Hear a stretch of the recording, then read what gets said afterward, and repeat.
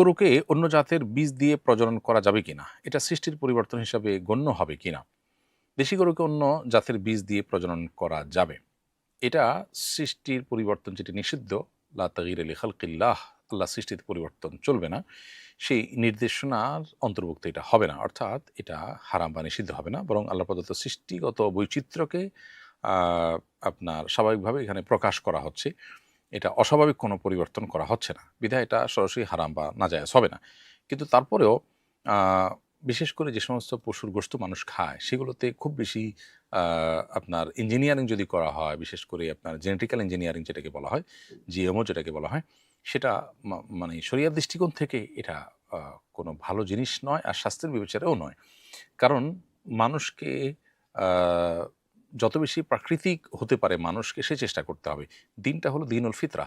আল্লাহ যেভাবে সৃষ্টি করেছেন সেটার ভিতরে কল্যাণ যতটা তার কাছাকাছি থাকা যায়, যত বেশি আর্টিফিশিয়াল করা হবে, পরিবর্তন করা হবে, আননেসেসারি বিশেষ করে, সেটা আননেসেসারি পরিবর্তন যদি বেশি হয় তাহলে সেক্ষেত্রে সেটা মানুষের জন্য কল্যাণ বয়ে আনে না। তার সুফল যতটুকু মানুষ পায়, কুফল তার চেয়ে বেশি ভোগ করতে হয় মানুষকে। কিন্তু যেই পরিবর্তন, ধরুন আপনি তরকারি রান্না করলেন, তো তরকারি রান্না করলেন, এটা তো একরকম পরিবর্তন। এটা কি নিষিদ্ধ হবে না? এটা তো নিষিদ্ধ নয়। কারণ এখানে সৃষ্টি পরিবর্তন বলতে যা বোঝানো হয়েছে তার অন্তর্ভুক্ত এটি নয়। অতএব পশুর প্রজননে যদি বেশ কম আপনার ভিন্ন জাতের পশুর বীজ দিয়ে হয় এবং প্রজনন করানো হয়, তাহলে সেক্ষেত্রে নাজায়েজ হবে না। শরীয়তে ঘোড়া, গাধায় সংমিশ্রণে খচ্চরের প্রজনন এর ব্যাপারে ওলামায়ে কেরামের সবার ফতোয়া আছে জায়েজ।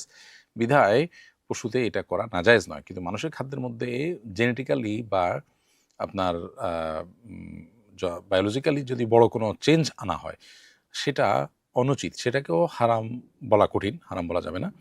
বরং মানুষের জন্য ক্ষতিকর এটা যদি কোনোভাবে প্রমাণিত হয় তাহলে সেটা করা অনুচিত। মৌলিকভাবে আ এই প্রজননের মধ্যে এই প্রক্রিয়া এটা নাজায়েজ কোনো কাজ নয়।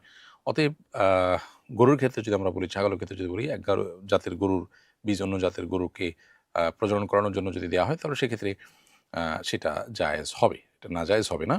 তবে খুব বেশি জেনেটিক্যালি মডিফিকেশন এবং ইঞ্জিনিয়ারিং এটা মানুষের জন্য উপকার কিনা সেটা গবেষণার উপরে ভিত্তি করে মানুষের জন্য ক্ষতিকর হলে সেটি থেকে বিরত থাকা আমাদের উচিত। বাট এটা হারাম হবে না সাধারণ অবস্থাতে।